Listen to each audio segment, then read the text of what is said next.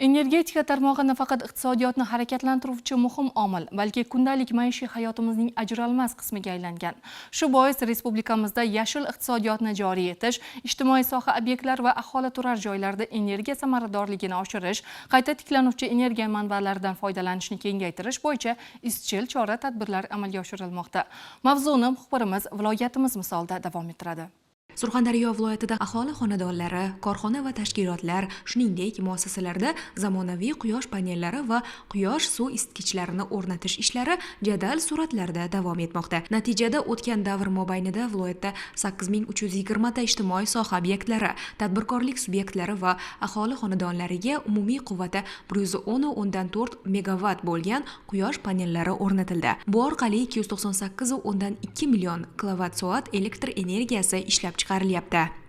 Shundan 1795 ta ijtimoiy soha obyektlari va davlat idoralariga 32,1 megawatt, 1442 ta tadbirkorlik subyektlariga 57,7 megawatt, 121 ta ko'p qavatli turar joylarga 1,3 megawatt va 4962 ta aholi xonadonlariga 19,1 megawatt quyosh panellari o'rnatildi. 2026-yilda Surxondaryo viloyatidagi 1622 ta obyektlarga 24 megawatt quyosh panellari o'rnatish belgilangan.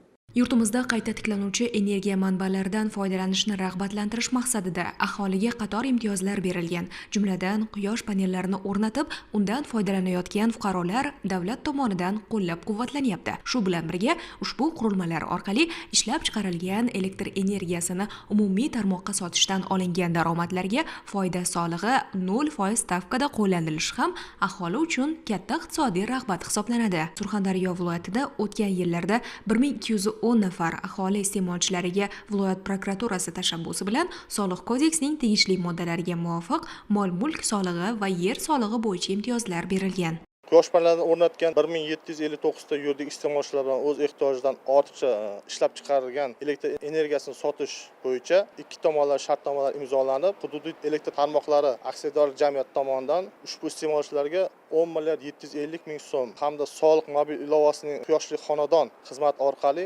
1683 ta aholi xonadonlariga 3 milliard 505 million so'm subsidiya mablag'lari to'lab berish ta'minlandi. Bundan tashqari viloyat prokuraturasi ish rejasi yuzasidan ushbu sohada o'tkazgan tekshirish natijasi bo'yicha 944 ta aholi iste'molchilarga mol-mulk va yer soliqlari imtiyozi qo'llanilishi ta'minlandi. Quyosh panellarini o'rnatish nafaqat elektr energiyasi ta'minotini yaxshilashga xizmat qiladi, balki aholi uchun qo'shimcha va barqaror daromad manbai sifatida ham alohida ahamiyatga ega. Jumladan, Termiz shahrida istiqomat qiluvchi Nurislom Mochilov mavjud imkoniyatlardan foydalanib, o'z xonadonida quvvati 10 kilovatt bo'lgan quyosh panellarini o'rnatdi. Ushbu qurilma orqali xonadon ehtiyoji uchun zarur elektr energiyasini mustaqil ravishda ishlab chiqarish bilan birga ortiqcha energiyani umumiy tarmoqqa sotib qo'shimcha daromad ham olmoqda.